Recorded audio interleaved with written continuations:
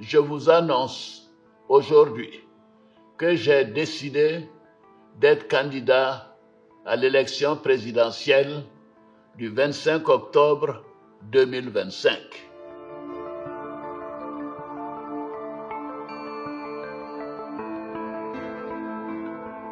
Alassane Ouattara est candidat à un 4e mandat lors de la présidentielle du 25 octobre 2025. Le chef de l'État ivoirien l'a annoncé mardi 29 juillet, mettant fin à plusieurs mois d'info-suspense. Son parti, le Rassemblement des Oufouettistes pour la démocratie et la paix, l'avait déjà désigné candidat le 22 juin lors de son congrès. Alassane Ouattara avait alors dit avoir entendu l'appel, mais avait demandé du temps pour prendre sa décision.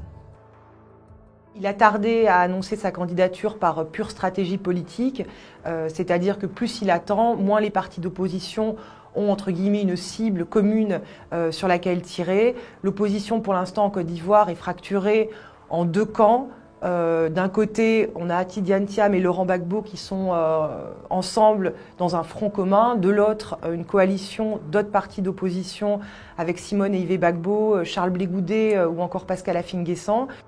En 2020, pour justifier sa candidature à un 3e mandat, Alassane Ouattara avait invoqué un cas de force majeure.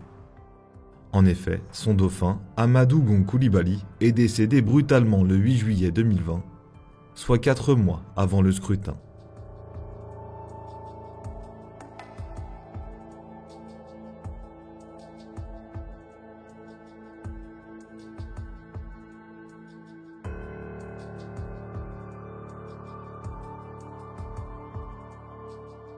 Cette fois, Alassane Ouattara, 83 ans, invoque le devoir face aux défis sécuritaires, économiques et monétaires.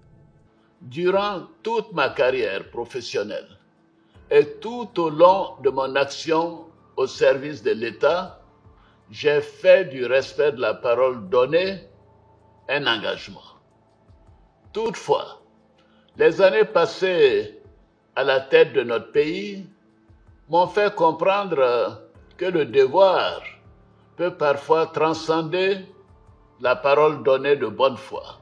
C'est pourquoi, après mûre réflexion et en toute conscience, je vous annonce aujourd'hui que j'ai décidé d'être candidat à l'élection présidentielle du 25 octobre 2025. Dès avant son officialisation, cette candidature à un 4e mandat a créé la polémique. Alassane Ouattara a dit dans son annonce de candidature que la Constitution l'autorisait à être candidat à un nouveau mandat. On se souvient qu'en 2020, les partis d'opposition avaient boycotté le scrutin, jugeant le 3e mandat d'Alassane Ouattara anticonstitutionnel. Mais Alassane Ouattara s'était alors rangé derrière une modification de la Constitution qui avait été faite en 2016.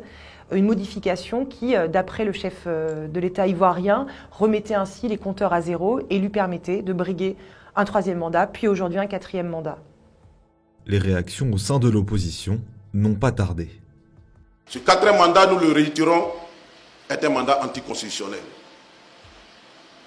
Et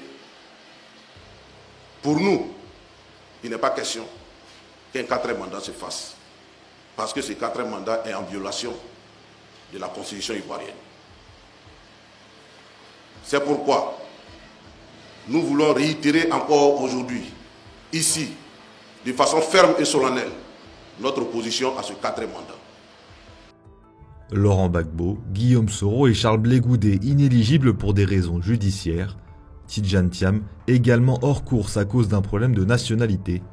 Que va faire l'opposition ? Sous réserve qu'ils obtiennent leur parrainage, Simone et Yves Gbagbo, Jean-Louis Billon ou encore Pascal Affi-N'Guessan devraient être alignés sur la ligne de départ.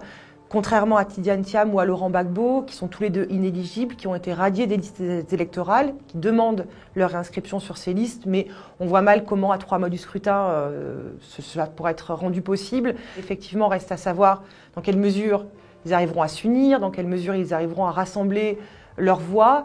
Et pour l'instant, étant donné qu'ils sont vraiment rassemblés en deux camps pour l'instant assez distincts, On ne sait pas exactement comment les choses vont évoluer et s'ils arriveront à s'entendre autour d'une candidature commune. Si Alassane Ouattara part largement favori, la concurrence sera plus rude qu'en 2020. La majorité de l'opposition avait boycotté le scrutin et le chef de l'État l'avait emporté avec plus de 95% des suffrages exprimés.